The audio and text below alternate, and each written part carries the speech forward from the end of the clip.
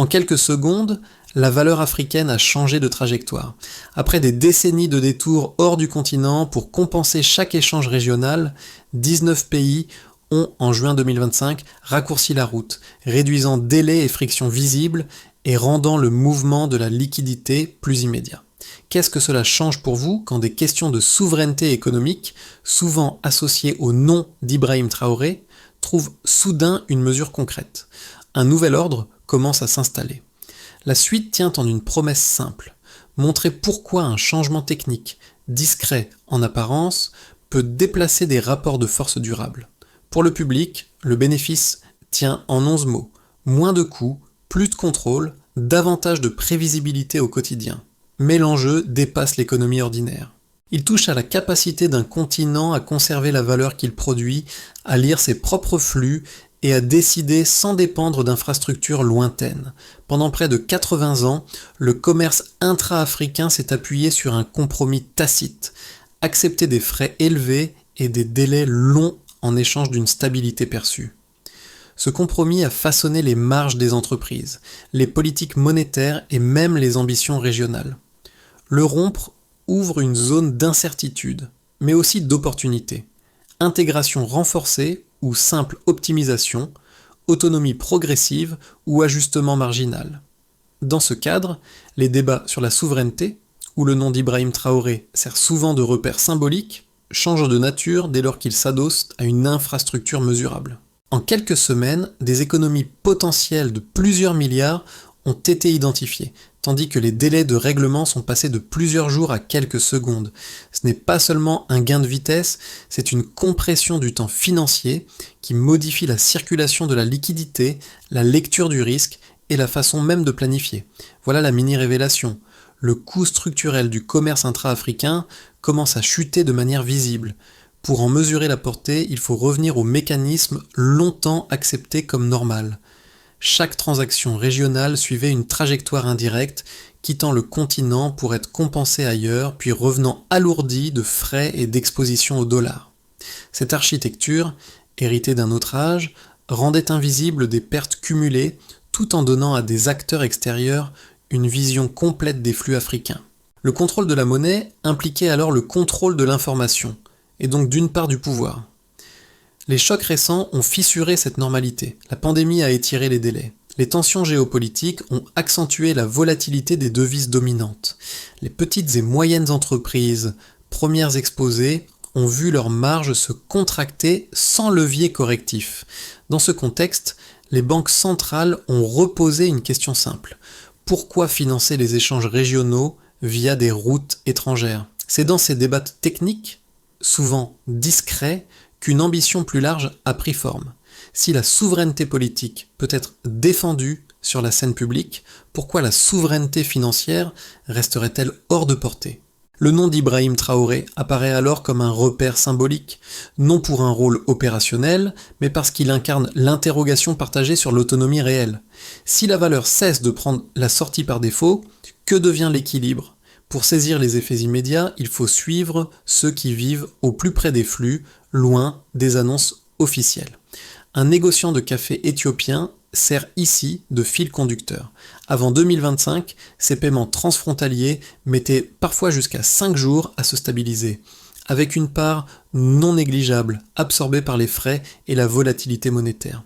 Chaque contrat comportait une zone d'incertitude qu'il devait intégrer dans ses prix, réduisant ses marges et limitant ses volumes. Les premières semaines d'utilisation du nouveau réseau ont modifié cette équation. Les règlements se sont effectués en quelques secondes. La visibilité sur la trésorerie s'est améliorée et la planification est devenue plus fiable. Ce simple changement de rythme a produit un effet concret. Il a permis de sécuriser des volumes plus ambitieux sans augmenter l'exposition au risque. Le gain n'est pas seulement financier, il est opérationnel, car le temps cesse d'être un facteur bloquant. Un second cas, observé lors d'un pilote entre le Malawi et la Zambie, confirme la dynamique. Des commerçants transfrontaliers, longtemps freinés par des marges étroites, ont pu régler des transactions locales avec des frais nettement réduits. Cette différence, en apparence modeste, a suffi à augmenter la fréquence des échanges et à stabiliser les approvisionnements. Là où l'irrégularité dominait, une forme de continuité s'installe. ces récits précoces révèlent un point commun. Le changement d'infrastructure se traduit d'abord par un changement de comportement. Les acteurs n'attendent plus, ils planifient autrement. Et lorsque le temps et le coût cessent d'être des obstacles permanents, l'intégration économique devient praticable, pas seulement souhaitable. Le basculement ne s'est pas produit d'un seul geste, mais selon une séquence lisible, faite d'alertes, de décisions, puis de répliques rapides. Avant, les signaux s'accumulaient dans les banques centrales africaines. Hausse brutale des frais de compensation après la pandémie, délais qui s'allongeaient, entreprises signalant des perturbations répétées. Ces alertes restaient fragmentées, traitées comme des dysfonctionnements temporaires plutôt que comme les symptômes d'un problème structurel. Puis vient le déclencheur intellectuel. Progressivement, une idée s'impose. La dépendance opérationnelle aux circuits extérieurs n'est plus seulement coûteuse, elle devient un risque systémique. À partir de là, la discussion change de registre. Il ne s'agit plus d'optimiser des marges à la marge, mais de réduire une vulnérabilité. Cette prise de conscience marque le véritable point de départ. La phase suivante est moins visible mais décisive. Des réunions techniques s'ouvrent au Caire, à Lagos, à Accra. Gouverneurs, ingénieurs financiers et régulateurs examinent les rails de paiement existants, les couches de règlement et les passerelles numériques. À chaque session, le même constat revient, formulé différemment. L'Afrique finance ses propres échanges via des routes qu'elle ne contrôle pas. Cette répétition accélère la coordination. Des groupes de travail se structurent.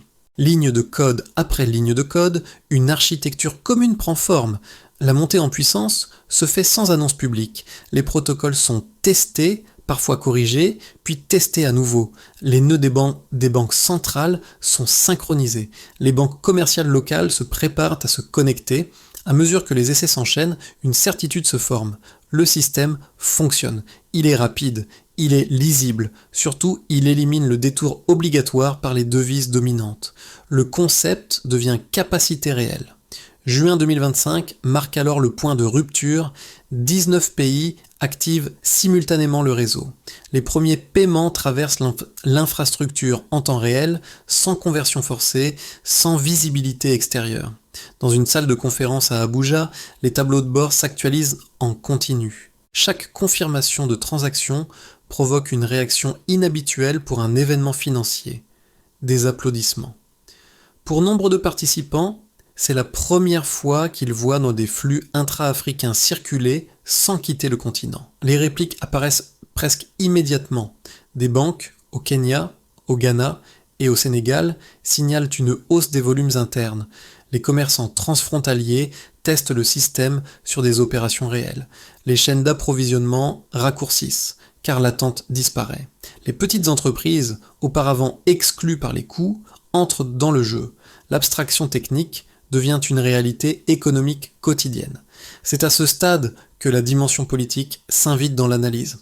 Dans les débats publics, certains rapprochent en ce geste technique des discours sur l'autonomie africaine portés par des figures comme Ibrahim Traoré. Non parce qu'il serait à l'origine du système, mais parce que son nom symbolise une question plus large. Jusqu'où un continent peut-il aller lorsqu'il décide de réduire une dépendance héritée ? Un premier indicateur se lit dans les coûts. Pendant des décennies, le coût moyen d'une transaction intra-africaine s'est maintenu à un niveau élevé, absorbant une part significative de la valeur échangée. Après l'activation du nouveau réseau, l'écart observé dans les corridors pilotes est net. Le passage d'environ 15% à moins de 3%. Cette baisse n'est pas graduelle, elle est structurelle, elle transforme immédiatement les marges et redéfinit ce qui devient économiquement viable, en particulier pour les échanges à faible volume. Ce chiffre appelle une mise en perspective. Lorsque les frais représentaient une telle proportion, chaque transaction intégrait une pénalité invisible. Les entreprises compensaient par des prix plus élevés, des volumes réduits ou une exposition accrue au risque de change pendant la fenêtre de règlement. En réduisant cette ponction, le système libère une valeur auparavant captée par des intermédiaires extérieurs. L'argent ne change pas seulement de chemin, il change de destination finale et de temporalité d'usage. Un deuxième indicateur apparaît dans les délais. Le modèle précédent imposait une attente de 3 à 5 jours avant qu'un paiement ne soit définitivement réglé. Cette inertie immobilisait du capital opérationnel, fragilisait les chaînes d'approvisionnement et compliquait la planification. Avec le nouveau réseau, les règlements s'effectuent dans quelques secondes. Ce gain de temps a une traduction concrète. Il améliore la prévisibilité des flux de trésorerie et permet d'enchaîner les opérations sans rupture. Le temps, longtemps perdu dans des tuyaux financiers lointains, redevient une ressource productive. Un troisième indicateur concerne la souveraineté informationnelle. Dans l'ancien système, chaque transaction laissait une trace hébergée hors du continent, créant une asymétrie durable entre ceux qui produisèrent les flux et ceux qui les observaient. Désormais, les données sont traitées par des institutions africaines. Cette relocalisation change la capacité d'analyse des banques centrales qui peuvent identifier les corridors dynamiques, anticiper les tensions de liquidité et ajuster leurs instruments avec davantage de précision. La donnée cesse d'être un sous-produit, elle devient un levier. Pris ensemble, ces trois indicateurs racontent la même histoire. Les coûts chutent fortement, les délais disparaissent, la visibilité revient. Ce n'est pas une amélioration marginale, mais un renversement de logique. La valeur circule plus vite, reste plus longtemps dans l'écosystème local et est observée par ceux qui en dépendent directement. Dans ce contexte, les discours sur l'autonomie économique, souvent associés au nom d'Ibrahim Traoré, trouvent un ancrage mesurable. La souveraineté ne repose plus uniquement sur des déclarations, elle s'appuie sur des métriques observables et comparables dans le temps. La question centrale devient alors simple et vérifiable. Ces gains quantifiés suffisent-ils à modifier durablement les équilibres établis ou resteront-ils confinés à des corridors pilotes ? Deux interprétations cohérentes s'opposent autour du nouveau réseau, chacune reposant sur une logique interne solide. La première, défendue par des économistes attachés à la stabilité financière globale, considère l'initiative comme une modernisation nécessaire, mais limitée. Selon cette lecture, tant que les réserves des banques centrales africaines demeurent majoritairement libellées en devises dominantes, l'autonomie restera partielle. Les chocs externes continueront d'influencer les équilibres locaux et l'intégration régionale ne pourra pas s'affranchir complètement des cycles mondiaux. Réduire les frictions opérationnelles améliorerait l'efficacité sans transformer la dépendance structurelle. La seconde interprétation voit au contraire dans ce réseau un acte fondateur. Pour ses partisans, la souveraineté économique ne se conquiert pas d'un seul geste, mais par l'accumulation d'infrastructures capables d'ancrer la valeur à l'intérieur des frontières. La capacité à régler des transactions sans passer par des institutions extérieures constitue déjà un changement de régime. Chaque paiement instantané, chaque corridor activé, renforce un espace commercial plus cohérent et plus résilient. L'enjeu n'est pas l'élimination immédiate des devises dominantes, mais la réduction progressive de leur rôle opérationnel. Pris isolément, ces deux arguments tiennent. La prudence rappelle des contraintes réelles. L'ambition souligne une dynamique cumulative. Ce qui les départage, ce sont les premiers résultats observables. La baisse marquée des frais dans les corridors pilotes, la disparition des délais et l'amélioration de la trésorerie des entreprises ne relèvent pas de projections théoriques. Elles produisent déjà des effets mesurables sur les comportements. Les petites et moyennes entreprises élargissent leurs échanges. Les banques locales augmentent les volumes internes. Les chaînes d'approvisionnement gagnent en continuité. Ces faits n'annulent pas les risques structurels, mais ils fragilisent l'idée d'un impact marginal. Ils montrent qu'une infrastructure peut modifier des incitations avant même de transformer les équilibres globaux. La tension entre prudence et ambition demeure, mais le centre de gravité du débat se déplace. Il ne s'agit plus de savoir si le réseau fonctionne, mais jusqu'où ces effets cumulés peuvent aller. Ce basculement ne tient pas à une fonctionnalité spectaculaire, mais à un effet longtemps sous-estimé. Lorsque la valeur circule sans détour extérieur, ce ne sont pas seulement les coûts qui baissent, c'est la lecture du système qui se transforme.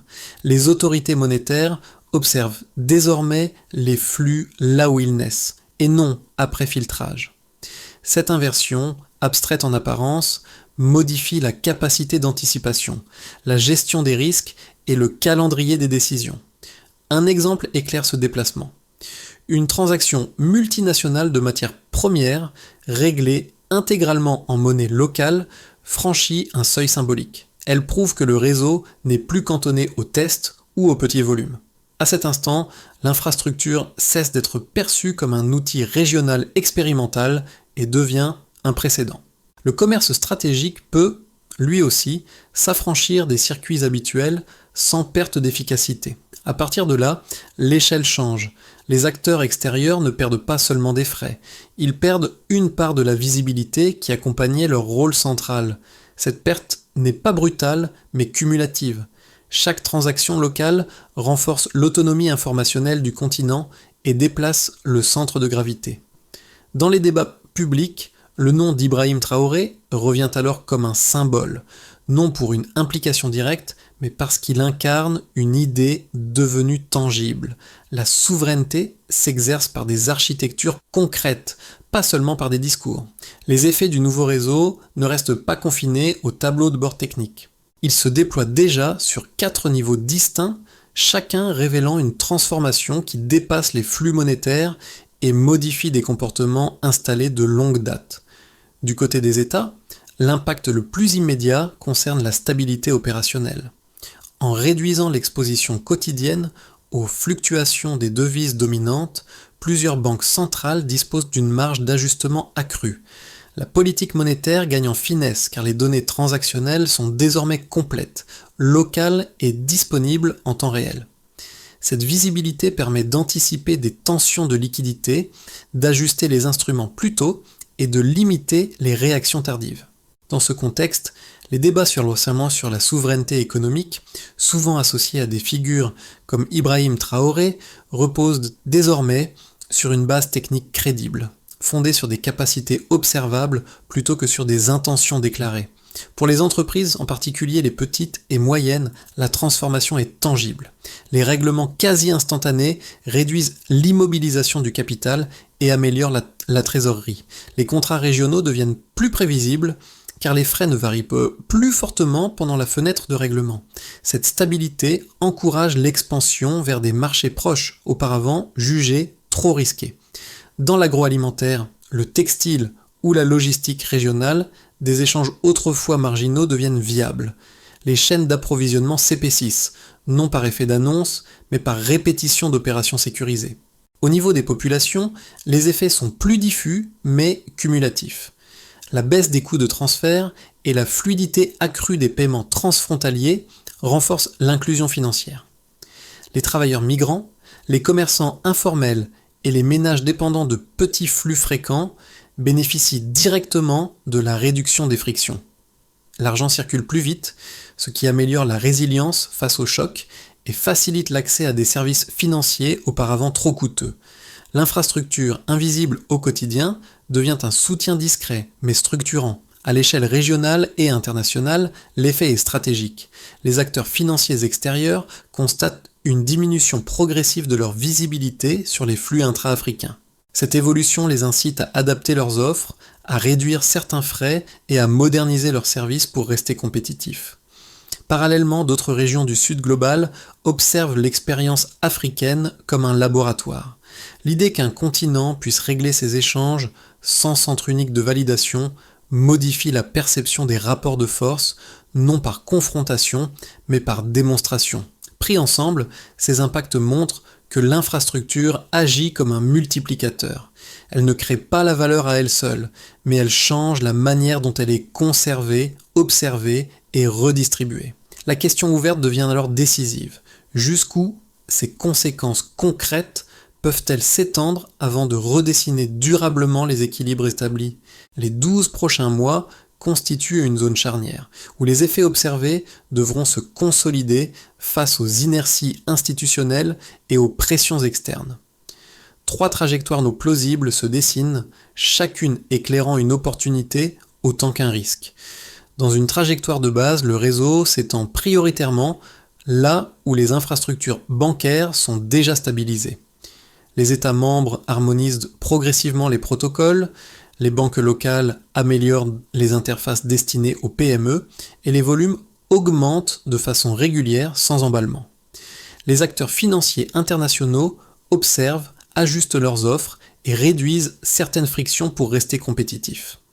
Le changement est discret mais durable. La dépendance opérationnelle diminue sans rupture ouverte. La crédibilité se construit transaction après transaction par accumulation. Dans une trajectoire plus optimiste, l'effet de réseau s'amplifie plus rapidement que prévu. De nouveaux pays rejoignent la plateforme, synchronisent donc leurs systèmes et élargissent les corridors clés. Les coûts réduits et la rapidité attirent des investissements régionaux, tandis que des organisations multilatérales soutiennent l'initiative comme démonstration de résilience. Des standards opérationnels émergent et deviennent exportables. Le commerce intra-africain gagne en densité, et l'Afrique s'impose comme un terrain d'innovation financière reconnu. Chaque nouvel entrant accroît la valeur du système pour les autres, créant une dynamique auto-renforçante. Dans une trajectoire défavorable, la montée en puissance suscite des réactions plus marquées. Des offres concurrentes subventionnées, des contraintes réglementaires ou des pressions technologiques ralentissent l'adoption. À l'intérieur du continent, certaines capacités institutionnelles peinent à suivre, générant des interruptions temporaires et des retards de coordination. Le progrès se fait par à-coups, alternant avancées et pauses, le réseau persiste, mais sa trajectoire devient moins lisible à court terme. Ces trajectoires ne s'excluent pas mutuellement. Des éléments de chacune peuvent coexister selon les régions et les secteurs. La variable décisive n'est pas la perfection technique, mais la cohérence collective, capacité à renforcer les nœuds existants, à anticiper les frictions et à apprendre rapidement. Les débats publics sur l'autonomie économique, souvent incarnés par des figures comme Ibrahim Traoré, gagnent alors en clarté lorsqu'ils se mesurent à ces trajectoires concrètes. À ce stade, la transformation cesse d'être un sujet réservé aux institutions et aux analystes. Elle commence à toucher différemment chaque groupe, selon sa position et ses contraintes quotidiennes. Comprendre ces résonances permet de mesurer ce qui change réellement dans la vie économique ordinaire. Pour les administrations, les banques et les régulateurs, l'effet principal réside dans la qualité de l'information. Disposer de données locales, continues et non filtrées améliore la prise de décision. Les tensions de liquidité sont détectées plus tôt. Les politiques peuvent être ajustées avec davantage de précision. Et les arbitrages deviennent moins réactifs. Une pratique utile consiste à suivre régulièrement les flux régionaux afin d'anticiper les besoins plutôt que de corriger des déséquilibres déjà installés.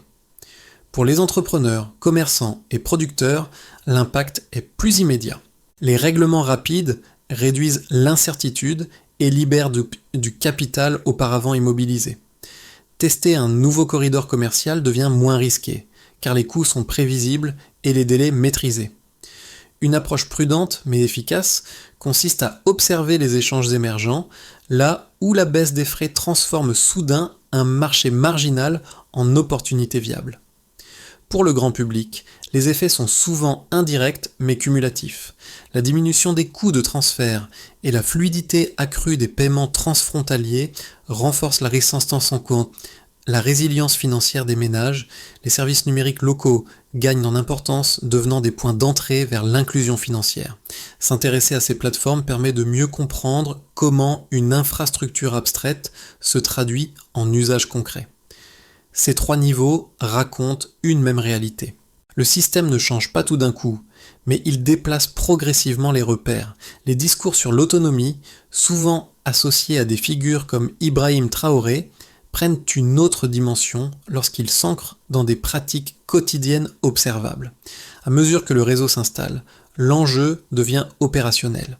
Passer d'une innovation fonctionnelle à une architecture durable. Cette transition suppose une feuille de route lisible où chaque acteur sait qui fait quoi, quand et comment mesurer les progrès. D'abord, il faut consolider les capacités techniques des banques centrales. Il s'agit de renforcer les nœuds de synchronisation, d'assurer la continuité de service et de réduire les interruptions à un niveau résiduel. Là, l'indicateur clé reste simple. Stabilité opérationnelle, trimestre après trimestre. Sans cette base, l'effet de réseau reste fragile. Ensuite, l'extension doit être ciblée sur les corridors prioritaires. Les autorités identifient quelques secteurs où la baisse des coûts produit un effet multiplicateur immédiat, comme l'agroalimentaire ou la logistique régionale. Ici, le succès ne se mesure pas au nombre de pays intégrés, mais à l'augmentation régulière des volumes réglés localement et à la fiabilité des règlements. Puis vient l'intégration des plateformes de détail. Pour que PME et particuliers adoptent le système, les interfaces doivent être harmonisées. Le critère décisif reste le temps de règlement. Il doit être suffisamment court pour être perçu comme un avantage concret, non comme une promesse abstraite. En parallèle, il faut sécuriser la gouvernance et la cybersécurité. Des protocoles communs de surveillance, d'audit et de réponse aux incidents sont indispensables pour maintenir la confiance. La performance se juge à la rapidité de résolution et à la transparence des processus. Enfin, la valorisation des données locales complète l'ensemble. Les informations transactionnelles doivent guider les politiques publiques et nourrir les débats sur l'autonomie économique, souvent incarnée dans l'espace public par des figures comme Ibrahim Traoré. À ce stade, la souveraineté cesse d'être un slogan. Elle devient mesurable, pilotable et améliorable. Revenir au premier témoin du changement permet d'en saisir la portée humaine. Le négociant de café, autrefois suspendu à des délais imprévisibles, voit aujourd'hui ses règlements se confirmer presque instantanément. Ce geste banal, répété semaine après semaine, incarne un basculement que les graphiques te traduisent imparfaitement. Le temps, longtemps subi, redevient maîtrisable, et cette maîtrise transforme la manière d'envisager l'avenir. Ce détail rejoint une dynamique plus large. Lorsque les acteurs économiques n'attendent plus, ils planifient. Lorsqu'ils planifient, ils investissent. Et lorsqu'ils investissent, les échanges cessent d'être défensifs pour devenir constructifs. Cette chaîne, invisible au premier regard, explique pourquoi une infrastructure technique peut produire un effet émotionnel durable. Elle restaure la confiance lentement mais sûrement. Dans l'espace public, des voix comme celle d'Ibrahim Traoré résonnent parce qu'elles mettent des mots sur ce que ces pratiques quotidiennes révèlent. La souveraineté ne se proclame pas, elle s'exerce. Elle s'inscrit dans des routines, des outils et des choix collectifs qui, mis bout à bout, déplacent les lignes sans bruit. Le motif initial revient alors avec plus de netteté. Le clic discret de 2025 n'était pas un simple raccourci technique. Il marquait le moment où un continent a commencé à reprendre la maîtrise de son propre rythme économique. Reprendre le contrôle du temps, c'est déjà reprendre une part du pouvoir. À ce stade, l'enjeu n'est plus de célébrer une innovation technique, ni d'en faire un symbole figé. Il consiste à la comprendre, à l'utiliser et à l'améliorer dans la durée. Une infrastructure silencieuse ne produit ses effets que si elle est habitée collectivement, par des pratiques cohérentes et une attention continue aux signaux faibles qu'elle génère. Pour les observateurs, suivre l'évolution des corridors et des usages permet de distinguer les tendances réelles du bruit conjoncturel. Pour les praticiens, partager les retours d'expérience renforce la fiabilité du système et accélère l'apprentissage commun. Pour les citoyens, s'informer sur les mécanismes qui gouvernent la circulation de la valeur aide à relier des choix quotidiens à des dynamiques plus larges, souvent invisibles. Cette transition rappelle une idée simple. Les routes financières façonnent les relations autant que les routes physiques. Lorsqu'elles changent, les équilibres suivent. Les débats sur l'autonomie économique, parfois associés à des figures comme Ibrahim Traoré, gagnent alors en profondeur lorsqu'ils s'appuient sur des faits observables plutôt que sur des postures. Selon vous, comment cette nouvelle manière de faire circuler la valeur pourrait-elle transformer durablement les relations économiques du continent dans les années à venir ?